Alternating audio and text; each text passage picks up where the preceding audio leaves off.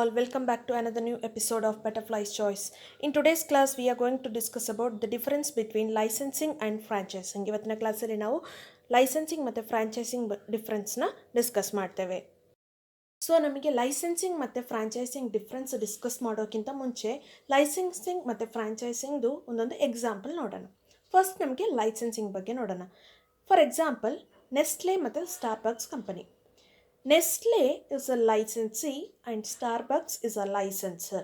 So ಎರಡು parties ಇರ್ತಾರೆ ಲೈಸೆನ್ಸಿಂಗಲ್ಲಿ, ಲೈಸೆನ್ಸರ್ and licensee. ಲೈಸೆನ್ಸರ್ ಅಂತ ಹೇಳಿದರೆ ಯಾರು ಬೇರೆಯವರಿಗೆ ತಮ್ಮ ಪೇಟೆಂಟ್ ರೈಟ್ಸ್ನ, ಇಂಟೆಲೆಕ್ಚುವಲ್ ರೈಟ್ಸ್ನ, ಪ್ರಾಪರ್ಟಿ ರೈಟ್ಸ್ನ ಅಥವಾ ಒಂದು ಬಿಸ್ನೆಸ್ ಮಾಡೋ ಐಡಿಯಾನ ಕೊಡ್ತಾರೆ, ಅವರಿಗೆ ಏನಂತ ಹೇಳ್ತಾರೆ, ಲೈಸೆನ್ಸರ್ ಅಂತ ಹೇಳಿ ಕರೀತಾರೆ. ಯಾರು ಯೂಸ್ ಮಾಡ್ಕೊಳ್ತಾರೆ ಅವರಿಗೆ ಲೈಸೆನ್ಸಿ ಅಂತ ಹೇಳಿ ಕರೀತಾರೆ.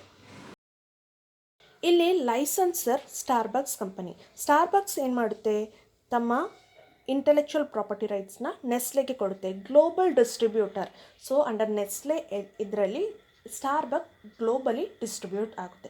So Nestle is a licensee and Starbucks is a licensor. So in return Nestle ಏನು ಕೊಡುತ್ತೆ, ಸಮ್ ಅಮೌಂಟ್ ಕೊಡುತ್ತೆ. That is known as a royalty. Royalty will be provided to Starbucks company.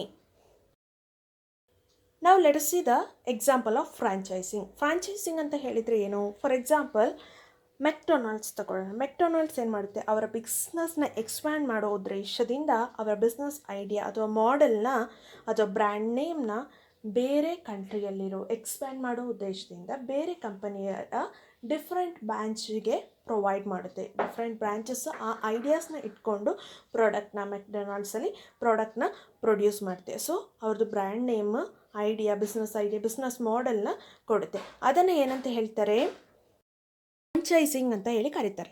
So let us see the meaning. Licensing is on arrangement in which company sells the right to use intellectual property or produce company's product to the licensee. ಇಲ್ಲಿ ಏನು arrangement ಆಗುತ್ತೆ, ಲೈಸೆನ್ಸಿಗೆ permission ಕೊಡ್ತಾರೆ. ಏನು permission? Sell the right to use intellectual ಪ್ರಾಪರ್ಟಿನ use ಮಾಡಲಿಕ್ಕೆ ಮತ್ತು produce ಕಂಪನಿದು ಪ್ರಾಡಕ್ಟ್ನ ಪ್ರೊಡ್ಯೂಸ್ ಮಾಡಲಿಕ್ಕೆ ಪರ್ಮಿಷನ್ ಕೊಡ್ತಾರೆ. ಅದನ್ನು ಏನಂತ ಹೇಳ್ತಾರೆ, ಲೈಸೆನ್ಸಿಂಗ್ ಅಂತ ಹೇಳಿ ಕರೀತಾರೆ. ಸೊ ಇನ್ ರಿಟರ್ನ್ ಏನು ಸಿಗುತ್ತೆ ಅವರಿಗೆ, ಫಾರ್ ರಾಯಲ್ಟಿ.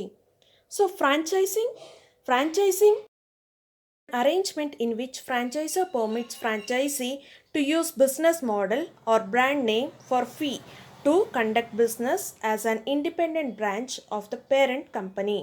ಸೊ ಇಲ್ಲಿ ಎರಡು ವ್ಯಕ್ತಿಗಳಿರ್ತಾರೆ.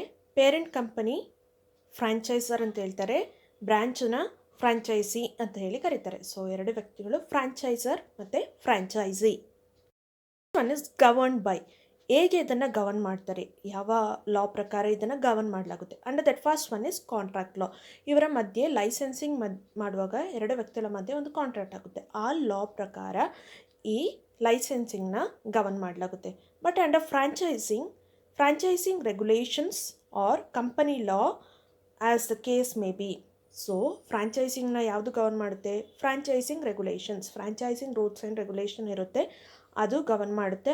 R company law, according to company law ಇದನ್ನು ಗವರ್ನ್ ಮಾಡಲಾಗುತ್ತೆ. One is registration. So under licensing registration is not necessary, but under franchising it is mandatory to have a registration. Mandatory ಅಂತೇಳಿ ಇದು ಬೇಕಾಗಿದೆ, ಒಂದು ಬೇಕಾದ ಸಂಭವ registration. Training and support not provided under licensing. So ಲೈಸೆನ್ಸಿಗೆ training ಮತ್ತು ಸಪೋರ್ಟ್ನ ಕೊಡಲ್ಲ, but under franchising provided. So their model provided to the franchisor. Next one is degree of control. The licensor has control on the use of intellectual property by the licensee, but has no control on the licensee's business. Licensee intellectual property use ಮಾಡ್ತಾರಲ್ಲ ಲೈಸೆನ್ಸಿದು, ಅದರ ಮೇಲೆ ಮಾತ್ರ control ಹೊಂದಲಿಕ್ಕೆ ಸಾಧ್ಯ ಆಗುತ್ತೆ. But ಲೈಸೆನ್ಸಿದು business ಮೇಲೆ ಕಂಟ್ರೋಲ್ ಹೊಂದಲಿಕ್ಕೆ ಸಾಧ್ಯ ಆಗಲ್ಲ. ಇಂಟೆಲೆಕ್ಚುವಲ್ ಪ್ರಾಪರ್ಟಿ ಅಂತ ಹೇಳಿದರೆ example copyright, patents, trade mark, trade secrets, ಇದೆಲ್ಲ ಇಂಟೆಲೆಕ್ಚುವಲ್ ಪ್ರಾಪರ್ಟಿ ಆಗಿದೆ. So, and a franchisor exerts considerable control over franchisee's business and process. So, under ಫ್ರಾಂಚೈಸಿಂಗಲ್ಲಿ ಫ್ರಾಂಚೈಸರ್ಗೆ ಫ್ರಾಂಚೈಸಿದು ಬಿಸ್ನೆಸ್ ಮೇಲೆ ಕಂಟ್ರೋಲ್ ಹೊಂದಲಿಕ್ಕೆ ಸಾಧ್ಯ ಇದೆ, ಹೊಂದಿರ್ತಾರೆ.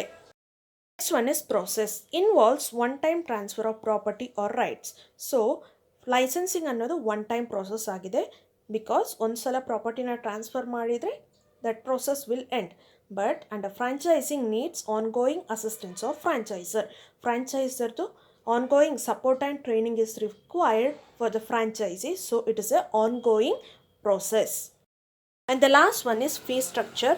Fee structure negotiable under licensing. Licensing ಅಂಡರಲ್ಲಿ ಲೈಸೆನ್ಸರ್ ಮತ್ತು ಲೈಸೆನ್ಸಿ ಮಧ್ಯೆ ಏನು ಡಿಸ್ಕಷನ್ ಆಗಿದೆ ಅದರದ ಮೇಲೆ ಫೀ ಸ್ಟ್ರಕ್ಚರ್ನ ಫಿಕ್ಸ್ ಮಾಡ್ತಾರೆ. Under franchising it is standard rate fix ಆಗಿರುತ್ತೆ. ಒಂದು ಫಿಕ್ಸ್ ಸ್ಟ್ಯಾಂಡರ್ಡ್ ರೇಟ್ ಇರುತ್ತೆ, ಅದರ ಮೇಲೆ ಫ್ರಾಂಚೈಸಿಂಗ್ ಬಿಸ್ನೆಸ್ ನಡೆಯುತ್ತೆ. ಈ ವಿಡಿಯೋ ಇಷ್ಟ ಆಗಿದೆ ಅಂತ ಭಾವಿಸ್ತೇನೆ. ನಿಮಗೆಲ್ಲ ಈ ವಿಡಿಯೋ ಇಷ್ಟ ಆದರೆ ದಯವಿಟ್ಟು ಲೈಕ್ ಮಾಡಿ, ಶೇರ್ ಮಾಡಿ ಮತ್ತು ಸಬ್ಸ್ಕ್ರೈಬ್ ಮಾಡಿ. Thank you all.